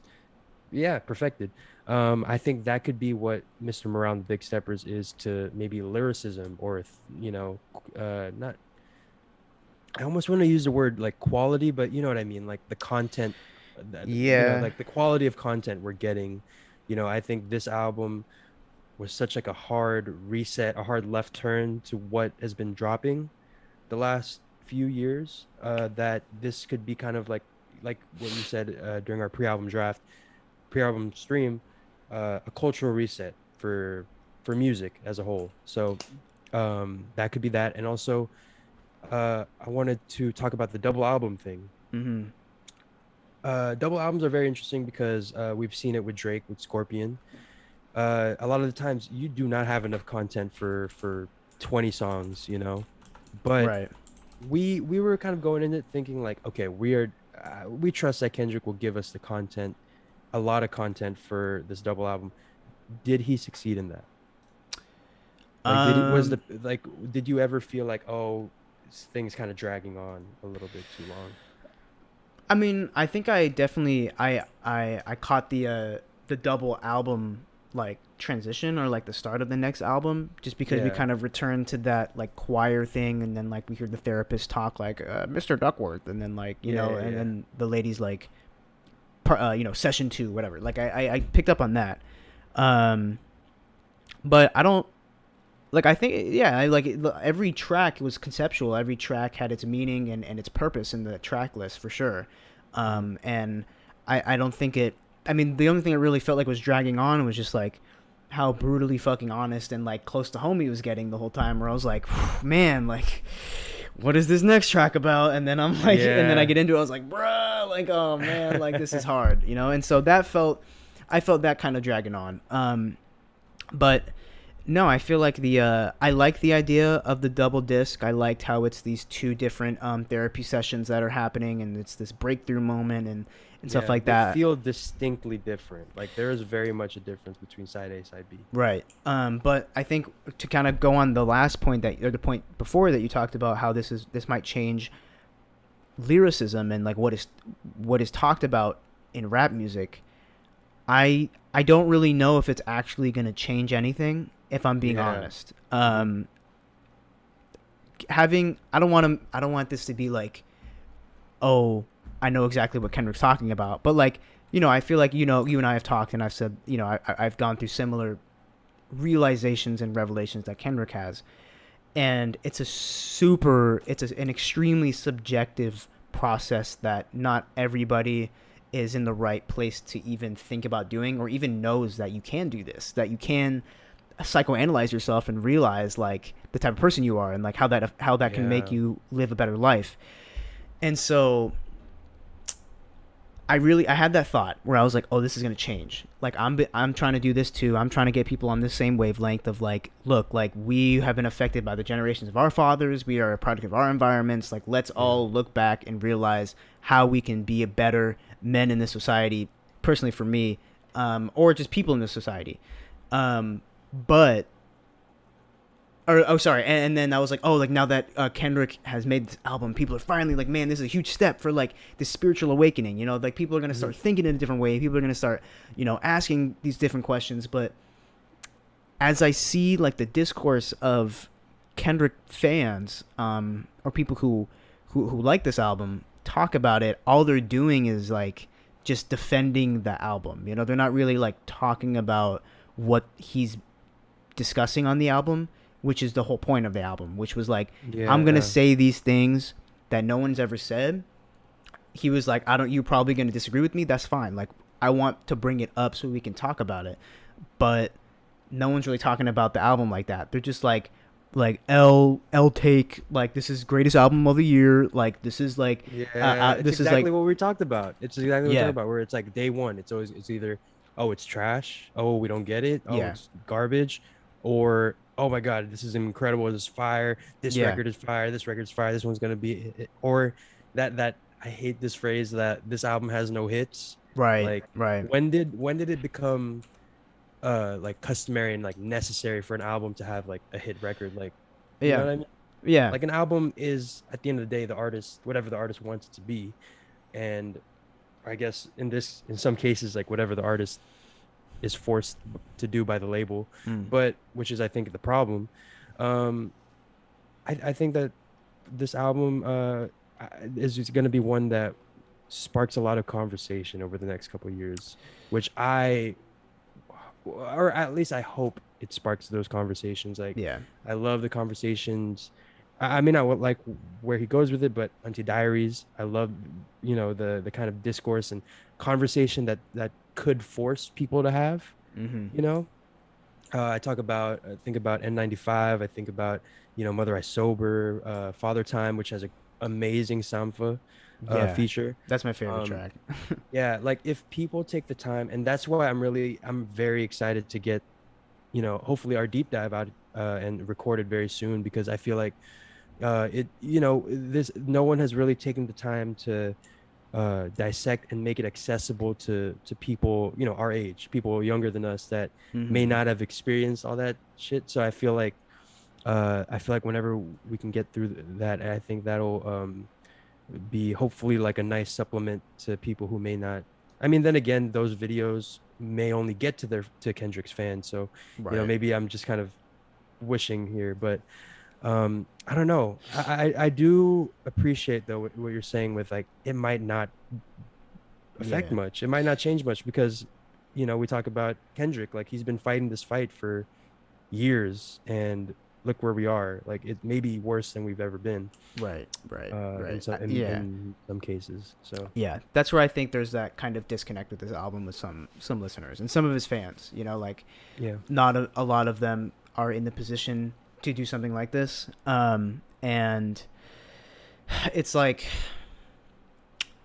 it's kind of like when a director like an auteur director, like someone who's very iconic and has a style. Wes Anderson, for instance, um, does the most Wes Anderson album movie ever. With like French Dispatch is what I think of, and it's like Mm, you kind of lose us a little bit because it's just like it's not like it's just like this is cool to you and it's like the most you ever, but it's like it still kind of doesn't, mm. it doesn't give that appeal of like like I hate to put it as this way, is like the commercial part of it that's like more like a digestible way into. Accessible. Yeah, it's not as accessible as it could be. Yeah. This I'm not saying that that's what Kendrick had to do. Obviously Kendrick can do whatever the hell he wants. But that's, I think, the main reason why this album didn't bode well with a lot of people, is because he didn't care if it didn't, or if it did or not, Right. and there's a level of respect I have for him there. But as an avid Kendrick Lamar fan, like, that's why it puts me in such a weird position where it's like, I love the things that he talked about on this album. I think it made me understand the things that I'm going through even better. But Mhm. I'm not gonna go back and just casually listen to this. Like this is therapy for some people. And Yeah. if they want to partake on that, they can listen to it. So, in a sense, this is his least commercial album ever. Which obviously we called it. It's gonna be super controversial, whatever this album is, whatever he Yeah. chose to do, and it is. So in that sense, I guess he succeeded. But yeah, I think it's really interesting, seeing how many people are struggling with this album, to like it, even though Yeah. they do like it, and they're like, yeah, like this is speaking to me, but like, man, it's kind of speaking too much facts, like it's too close to home, and Yeah. it's hard to, like, it's too uncomfortable to just sit and casually listen to, I think, is the main thing.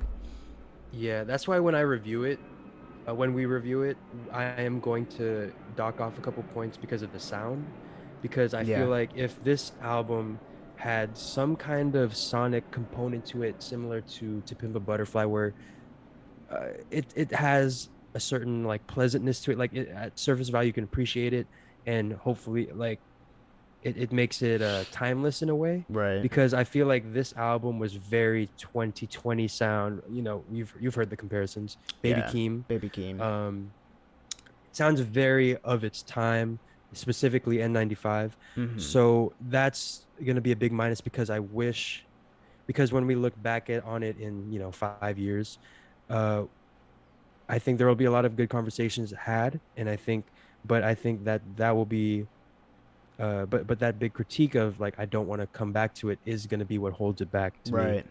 um Right. Right. from being the album I wanted to be, in terms of like sparking these conversations, Yeah. changing hip hop, I and don't. you Yeah. know I don't a think. cultural reset of these rappers going into more, like it's not going to happen, because at the end of the day the music isn't the most amazing, most digestible thing to listen to. Yeah. I also don't think the average 17-year-old white boy Kendrick fan is really ready to face anything having to do with generational trauma or toxic Yeah. masculinity, Yeah, or that's another these thing. very mature topics that take a lot of self realization Yeah. anytime soon.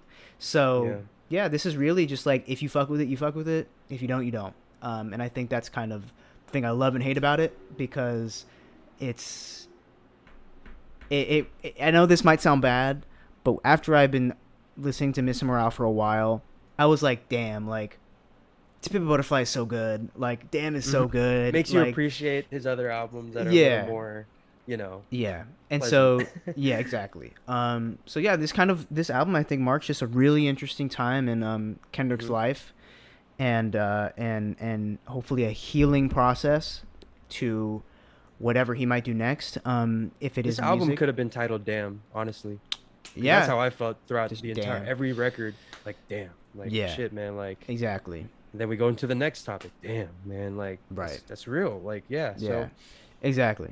I don't know. Yeah, the more I think about it, obviously, Mr. Brown the Big Stepper is a big component of the story of that album, but Mr. Brown the Big Stepper is kind of, I think, has a feels a little bit more in line with the music of Damn, whereas Damn title Yes. feels a little bit more in line with Mr. Morale. I don't know. Let me know. Is that a hot take? Oh. Is that is Maybe. that terrible? You know, like, Actually, no. but I think you're kind of right. Like the Big Steppers was kind of like this godly reference almost, and there's always like the his apostles, you know, I feel this what yeah God feel like, this way you know, all yeah that like what stuff. happens on Earth stays on Earth. You know that kind of stuff. Like definitely Yeah. fits that.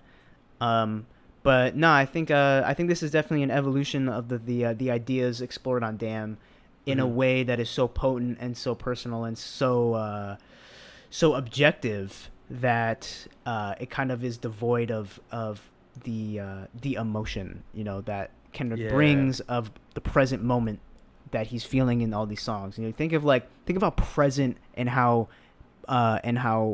like and how effective, you know, I was on To Pimp a Butterfly, you know, or like Hmm. or institutionalized or feel or element on Damn. It's like we're like it felt like we were there as he was realizing these things, like, but now with Miss Morale coming from a different perspective of like, this is what I learned, let me explain to you, it's just different, you know, and it kind of takes away Mm. certain things but gives us certain things. But at that point I think Kendrick needs to become an author and write self-help books, honestly, because I would read that. I feel like that I'm would gonna change. need it some. I'm gonna need some of those. Yeah, after this album. um Yeah. but no, I think overall Mr. Morale is a triumph of a man trying to become and understand himself in a better way, and it's extremely vulnerable. It's extremely relatable, and it's really respectable coming from someone who's, you know, I try and be like the best version of myself all the time, you know, and Yeah. trying to figure out why I am the way that I am and stuff like that, and uncover that trauma and shit. And so as someone who does relate, and I'm fortunate to have made my own journey into that before Mr. Morale, and with this and with the film I'm doing too, it's like it just felt like really affirming. But I really have not really found myself pulling up Mr. Morale and the Big Steppers and like listening to this album back to back many times after the first, second, third day. I might bring Mhm. up Father. I'll definitely bring up Father Time, my favorite song on there. I'll bring up Rich Spirit. Mhm. Um, I'll bring up Silent Hill. Silent Hill. I really liked Mirror as well. I'll bring up all of that. You know, the Baby Keem song. Like, you know, those are cool songs that I I can bob my head to and fuck with the message. But Mhm. really, this is like, if I don't want to read my self help book, I will go to Mr. Morale and just remind myself, which is cool. It's Mhm. like Yeah. this should be in the self help podcast section of Spotify, is what Yeah. I'm saying. It's yeah. I agree with that. I think it's there was a very not a very long, but there was a period of time where after this album dropped and I was listening to it where I was very disappointed. Not very. I was disappointed Mm-hmm. because of what I want. You know, coming from the Heart Part Five. You know, what did we say? We wanted this accumulation of what we've gotten before, this G, you know, Yeah. this G funk soul sample type thing. So I that's what I was kind of coming into this album hoping for.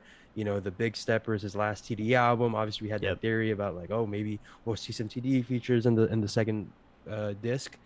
Didn't get that. And you know, I was forcing myself to go back to. Honestly, this was one of those albums where I was like, I tried to give it my best shot. Mm-hmm. Um, and it wasn't until I stopped listening to it for a bit and like thought about it. Like I mentioned to you, I was sick, Yeah. so I had a lot of time to think in my bed while I thought I was on the verge of death. I felt like it, at least. But but then I realized like, damn, like this. I'm thinking about this album like late at night while I'm sleeping Yeah. or before I'm sleeping, and at the end of the day, like that's kind of the biggest compliment I can give to a Mm-hmm. song, especially nowadays, because now it feels like music is just, you know, very you listen to it and then you skip to the next one. Yeah. Whereas It's with kind of this one, mindless. yeah, whereas with this album, every song is like, let me think about this particular Yeah. song for a bit, and then let me move on to the next song and think about that one for a bit. Which is something that I think is rare, and I appreciate that feeling, but also I can acknowledge the very inherent and fundamental flaws in a lot of in this album. So I don't know. I love it though. I love this feeling. Like, isn't Yeah. this a lot more memorable to you than just if he came out with like a damn type album, like commercial, another couple got good hits, radio Yeah. singles we're gonna Yeah. hear, another like cool feature by like SZA or something. Like, as Mm-hmm. much as I would have loved that, this is so much more interesting to me, and I can appreciate this kind of moment in his career because, at the end of the day, he drops he drops what we want this next album, and it's like nothing ever happened, like, or not Right. nothing ever happened, but we can appreciate the steps in that journey. But obviously, we have so much built up these last couple of years that we have these expectations for Mr. Morale, and I think that's a lot of that hurt it a lot. So I don't know. I'm very interested to see how the conversation of this album goes over the years, especially as he drops his next album. Especially as I Right. hate being that guy. I always find myself being that guy that's like, oh, I can't wait for what's next, even though I hate those people. But in this case, I'm very excited to see his next album because I think that will help people process this album better. Yeah. You know. Yeah. Yeah. So I think I don't know. we'll see. I think this album it's weird, I feel like when we review it or something, I really don't think that I can like rate something like that. It's just like I know it's it's just so personal. right. It just feels like it's not even an album. Honestly, I give your therapy session a like yeah, a 10 kind out of of 10, mid, 9. kind of mid self realization. Yeah, yeah, yeah. Sorry, ratioed. Um, yeah, we'll see. I feel like, but yeah, overall, really, I really think Kendrick Lamar was the only person who could really do an album like this, and to this degree of depth and Hmm. and just achieve the what he was going for. Yeah. And so in that regard, this is a great album. But I don't think I'm really gonna be revisiting it that much, if I'm being Hmm. honest. Yeah. I will. I still think Damn is kind of the peak of that sound that he kind of explored. And we have hints of kind of everything in this album, but this definitely felt like kind of a spiritual successor to Damn, for sure. Hmm. Yeah. But Damn still felt a little more present. I felt like I will agree in that the concept of this album and like how interesting it is more interesting than Damn. I think the main thing of Damn was just the reversal and then the big story and then Hmm. tying all that together. But and this is definitely there's so much more to chew on with this album, but it still falls short for me Yeah. because of that. So, which is unfortunate, but at the same time, I'm not really too mad about it because I'm like, I see it as something completely different, and I think that's what Kendrick's intent was to see it completely differently than anything he's ever done, and because of just the songs, the type of the production, everything kind of led to that. Yeah. But I think right now, for my final thoughts on Kendrick's album, I think it is it's barely an album. It's more of a dissection of himself, Hmm. done in a It's an way. experience. If we're talking about Yeah, albums that are an experience, this was definitely one that was maybe less less of an experience that you want to experience. It's more of an experience yeah, that you need to experience every night. Like, if you have gone through this journey and are feeling some sort of feeling, similar feelings, like this album could very much help you on that journey or help kind of tangibilize, the mm-hmm. word, make it tangible, some of the feelings that you may not know you're feeling. But yeah, as music, period, just like as music, it definitely came up short. If you're just tuning in, we were talking about Mr. Morale, and circling back to something Matt said, it's an album that we respect a lot more than we enjoy, Yeah, and we feel like it's an album that we feel like we would read more than we would listen to, just because yep, the music isn't quite as progressed and as workshopped as I think we would like it to be. So yeah, yeah, like my final thoughts on it, man. I just think that I'm just gonna be keeping an eye on the conversation on this album because I think it's so interesting. I love polarizing stuff. I think about like this album makes me think of, and this is gonna be such a kind of a weird comparison, but stick with me now. It reminds me with of the Star Wars prequels, where growing up or when those movies came out, you had the fans of Star Wars that came into the prequels and were very heavily disappointed, that didn't like what was being on screen. They didn't like, oh, it's so silly. There's crazy effects. Acting's not as good as we want it to be. Mm, But then fast forward to now, and now they're being able to appreciate what it is as opposed to what it isn't. And yeah. it's not about, oh, this movie is not good because, oh, like it doesn't tie up the loose ends that I wanted from the original movies or whatever. I think the same can be said about this album, where as time goes on and we're able to take away our subjective feelings on the music, we can look back and be like, okay, this was a necessary step, especially when he drops his next album. um we're going to see like, okay, this was a necessary step. We needed to see why he is the way he is, like to this degree, in order to get this song or in order to get this album. So I don't know, that's what I'm excited for. I personally love what the album represents more than the album itself. Yeah. But yeah, there you go. Let's go ahead and run through some comments, do some what's in our rotation, and then I can go And tune then we'll into this close out. NBA Finals. Yes, I know. Uh, I'm trying to get you there. Let's I see Curry 21 in the first quarter. I like that. I like that. Damn, that felt like such a, like really, like we got through a whole like discussion on that Yeah, we did. that I on had that we album. we That was, clearly had a lot to say. yeah, and we got even more to say, not just about the album, but just to you guys. Like, Yeah.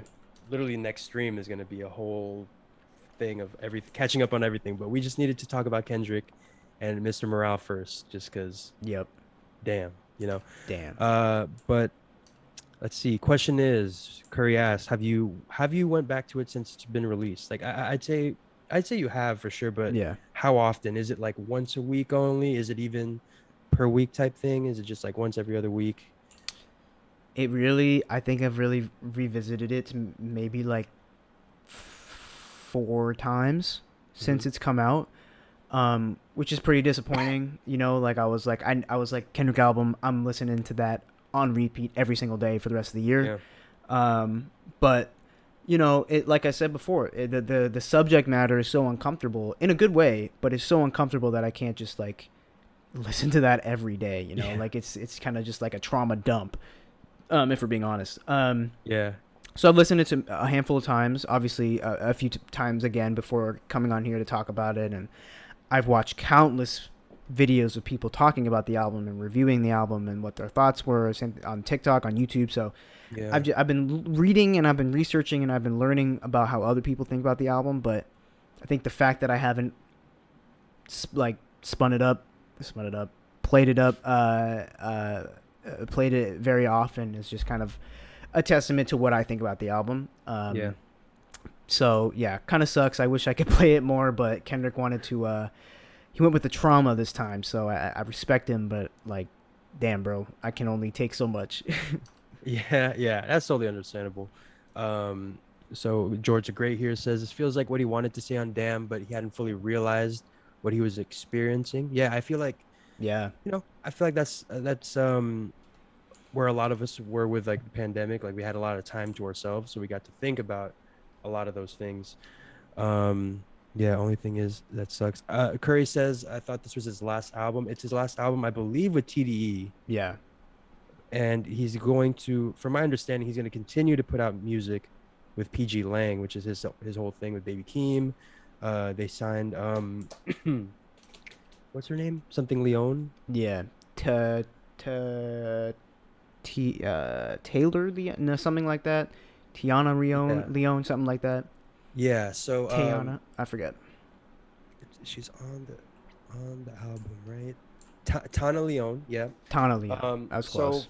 from our understanding, yeah, he's going to continue putting out albums, which is why I'm very excited to see, maybe PG Lang is this, just like how New Year's is a fresh page for us, whether you are subscribed to like New Year's resolution or that. Maybe as we go into PG Lang, he's gonna have this fresh mindset, come in with Yeah. fresh ideas, and he just wanted to close his chapter out with very introspective on a very introspective note, which is a very melancholic. So I don't know. I'm so interested in this album. I can't wait to hear more stories, Mm-hmm. hopefully more interviews and ask more interviews that ask why is this the way it is? Why did you Right. choose this direction? So yeah, very excited about that. Uh, any last thoughts before we get into what's in your rotation? No, let's talk about some other music. Some music that makes me Yes, happy. I know. Something a little less like mind numbing or not mind numbing, my thought provoking, like Right, right, right. Let's get to that ignorant shit. yes. Uh, so what have you been listening to? What's in your rotation other than our now that's what I call in our thoughts summer? Let me go ahead and put it Yes. in the chat one more One time. more time. One more time. Man, I will say that has been. I have pulled up right now. That has definitely been Yeah. in my Show rotation. that beautiful cover for us. Oh yeah. Well, Here I we don't know go, if it'll y'all. focus, but There you go, y'all. Go check it out. It should yep, just yep. it should have just been linked in the chat. But Right there. Boom. summer vibes on here for sure. Mhm. I've been listening to, bro, my anthem, man. My anthem the like past few weeks has been Denzel Curry. Walking is Walkin' such by an Denzel amazing Curry song. is such a banger. I am obsessed with that song. The sample is sick. It like has three different flows. It Mm-hmm. switches up three A different beat times. switch. It's Yeah, yeah, yeah, this is yeah. different beat switches. Like it just the flows are crazy. The lyrics are dope. Denzel Curry, I'm really into him right now.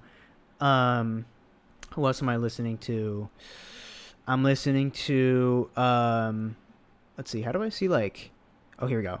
Let's go to my history so I can actually tell you what I've been doing. Mm-hmm. I've been listening to where is it?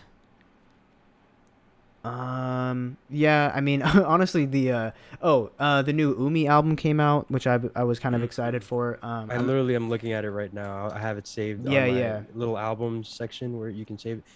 Forest in the City looks like it's going to be a good listen. Yes, it's really cool. Some interesting choices made on this album in terms of the production. But I I'm get a little actually scared when someone describes something as interesting. yeah. There's one song I was like, I didn't really like. Honestly, like Ooh. you'll Ooh. see like why. I don't know. Maybe I just need to listen to it again. Okay. But I'm actually seeing Umi live. Hey, At some point. I think in the ask her next about the interview that we yeah that that we didn't get. that we scheduled and then we never heard from her. Yeah. Oh, yeah. um, other than that, um, I'm listening to old Anderson Paak, like Malibu era Mm. stuff. Revisiting that. Love Uh, Come Down on our I actually hadn't heard that song in a long while, yeah, so dude, bring that that's record again. that song is a banger. Yeah. Yeah, listening to that. We're listening to Learn to Swim by Red Veil. Incredible production on that album as well. Yeah. Um, let's see, what else have I been listening to? Let's see, maybe I'll put y'all on to something. Oh, I'm listening to the first track released from the Minions album. Come on, with Oh, is that Tame Diana Impala. Ross? Yeah, Tame Impala Oh and my Diana Ross. God. The most positive sounding song I've ever heard. Positive, more than happy. It's like on this. It's like if Happy was actually a good song. That's what this sounds like. Yeah, Yeah. okay. So Fuck with it. yeah, Yeah. pretty cool. Um, last thing I'll say. Let's see. Last thing I'll say. Obviously, I've been listening to "It's Almost Dry," Pusha T for sure. I was just gonna say that album. Mm, Yeah. mm. And then lastly, I've been listening to Vince Staples a good amount. The Yeah. new album, Ramona Broke My Heart. Some of the old album. But honestly, other than that, I've been rocking this playlist, man. Like really, Yeah. y'all need to go in here and check it out. There's some oldies on here. There's some new stuff on here. There's some rap. There's some R&B. There's some like funk stuff. Like it's all. There's some techno. It's all a It's good all time. there, man. It's Yeah, summer. It's just the how I describe the playlist. It's just summer. It's everything. It's everything you need. all the moments, man. As for me, absolutely, I've been listening to Blast's new album, Before You Go. Love that album. Hmm. A lot of good bangers. Sometimes is one of my favorite songs. That's the one where it goes, was it? Oh, what's that? Thought I heard a broke bitch say something. Like that. That's just like one of my favorite lyrics in an R&B record. Love it. Another album I've been checking out. First of all, yeah, go check out before you go. Another album is Ella May's new album. Mm, You guys probably know her from like Boot Up. Let me pull up boot the up. name of it. Boot Up. It's Heart on My Sleeve. Mm. Really great records, late night music to a T. That's why it's on. It's very summer nights. Like if you like passion fruit, if you love, Summer Walker, like stuff like that, like you will love this album. Another album. I've been going back to some old albums too. I've been listening to Usher, like Confessions. Yep. Man, no better time to listen to Usher than now. Also, I think I mentioned like a long while back, I'd been going through like a city pop Yeah. phase. I've been loving it so far. There is one artist, you guys know it as the album, the person who made the song that Out of Time sampled. Yes. If you guys know Midnight Pretenders, Mm-hmm. Tomoko Aran made an album. I honestly don't know how to say the album title because it's in those like the characters, so I can't tell you. But look at Tomoko Aran, really great album on there. Also, there's one really good. Let me find it. It's literally uploaded as a podcast. Oh, So it's like not supposed to be up there. yeah. Tatsuru Yamashita, My Own Mm. Greatest Hits. Look that up on Spotify with the podcast app. That shit hits different. Like that album is really good. Mm. If you guys are into those textures, it's like if you guys don't know, city pop is like influence in Japan, has elements of like R&B, of jazz, elevator music, some ballads in there, very heartfelt. Also some funk, some soul. Like it's a lot of what me and Matt like. So I was listening back to it. I'm like, damn, like there's a lot of stuff I like in this genre. So I've been Right. having an amazing time, like, Googling like people's, what is it? It was like a beginner's guide to city pop, that kind Yeah. of thing. So, and just going through each artist. So I've just been loving that little phase I've been going through. But yeah, other than that, still listening to Don FM, still listening to Pusha T, still listening Yep. to Mr. Morale, giving it chances. But yeah, man, a lot of great music, a lot of great music soon to come. Yes. And Minions album. Minions, My most hyped album of the year. I'm this telling this you. I'm telling you, man, Minions is gonna win Album of the Year, Our Thoughts Awards. Speaking that Somehow. into existence. Let's see in the chat here what Last you things in guys the have been up chat to. Yeah, before we yeah. wrap. Oh, thank you, Jose, for the 4.99. I didn't see that. Oh, I didn't see that either. What the fuck? Yeah, thank you, Younger Jose. yet taller than Kid Dot. Yes, same. Plus now he keeping the plus how he keeping the keys away from her. Yeah. Now you mad. Yeah, yeah. I love it. Yeah. Curry says there's new MJ that's dropping. What? New Michael? I mean, there you go. He is opening on the Weekend tour. The timing couldn't be perfect. So, MJ fell off. I'm sorry. MJ, yeah. Drake, what was it? MJ walks and Drake Drake could run. Drake nah, Drake put No, other way MJ on around. the map. Yeah. There you go. Yep. Yeah. Well, you guys know the story. Like we think that that MJ is good and all, but I you know, mean I mean, we wouldn't have heard about him if it wasn't for Don't Matter to Me. So right. Like Drake could make Smooth Criminal, but MJ could not make Hotline Bling. mm-hmm. You know? One of my favorite things you've ever said. He couldn't make Girls Want Girls because he can't sing about his preferences like that. He wasn't allowed to. Right. He can't make Way Too Sexy. Can't make Way Too Sexy But now. you know, Drake. I will say another thing in my rotation. Actually, I lied about everything that was in my rotation. The only thing that's in my rotation right now is Come Home, the Kids Miss You, Jack Harlow, Sweet Seaman. It's only been that song on repeat. My favorite bar off that album, there are two. I'm gonna fuck the earrings off you. And what was it? Thank you, Ariana, or call me Ariana Grande, because thank you next, bruh. That's bars. That's hip hop right there. That's hip hop. That's culture. That's culture. That's culture.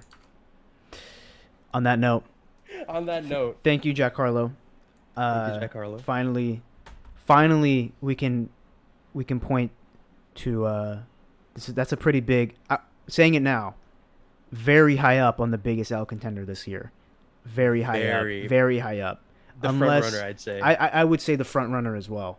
Yeah. Unless, I mean, somehow Nicki Minaj always comes in clutch at the end and steals the show. So I'm giving her that chance. But right now, Jack Harlow, front runner, biggest L of the year. Yep. We're gonna go ahead and let the results leak right now. Right now, Jack Harlow is the leading vote getter for Our Thoughts count. We're swaying the vote. Stop the count. It's Jack Harlow. Okay, he won. It's gonna take something monumental, honestly, to overtake Jack Harlow. Like, I'm sorry to spoil like one of our favorite awards, but I will say Drake was really close posting that meme of him with Addison Rae's hand. Curry and I were just talking about that in the DMs. Yeah. That's like right up there with the meme with the are we wearing backpacks to school tomorrow? Like the one in the mirror. Yeah. The pout. Yeah. He was close, but still, Jack Harlow always gets my vote. All right. On that note, Our Thoughts, clips without context. I'm putting that on. There you go. But yeah, thank you guys. Ladies and gentlemen, we are starting off Our Thoughts summer on the right note. Ooh, someone revving. Someone I revving. know. Shit, man. It's probably because he's blasting the Now That's What I Call Our Thoughts summer, which you should go check out on our Spotify. But yeah, thank you guys for coming. We are here. It is Our Thoughts summer. We got so much planned for you guys. We're gonna do a lot of stuff. We're, like, I feel like we put out videos to connect with our viewers and people who like what we like, and we're gonna have a lot of opportunities for that over the summer. Something we've been talking about again. I told Matt about a cool video game opportunity we could use to kick off this Our Thoughts gaming initiative, and y'all are gonna love it. It's a lot of names that you recognize. It's kind of the perfect thing ever. The most perfect thing for this stream. So I'm excited. Yeah. We'll figure it out. The logistics of it, but that I feel like will be a crowd pleaser for sure. Love it, y'all. We're gonna need multiple editions of that thing. Like, so excited to see. Like, because a lot of you guys know all our inside jokes. Y'all know what, like, you guys are gonna enjoy so much. So yeah, any last words, Matt, for the thoughts, for the XO thoughts? No, I think it's officially, well, not for me officially, summertime. I'm still in school, but whatever. But it's hot out. I got the playlist running in the background all the time. It's an Our Thoughts summer in my book. So appreciate y'all for coming. Appreciate y'all for listening to our very complex and expanding thoughts about Kendrick Lamar. But don't worry, we will get those videos out as soon as we can. But yeah, thanks y'all. Thank you guys for coming through, and we'll see you next week. Peace. Let's go.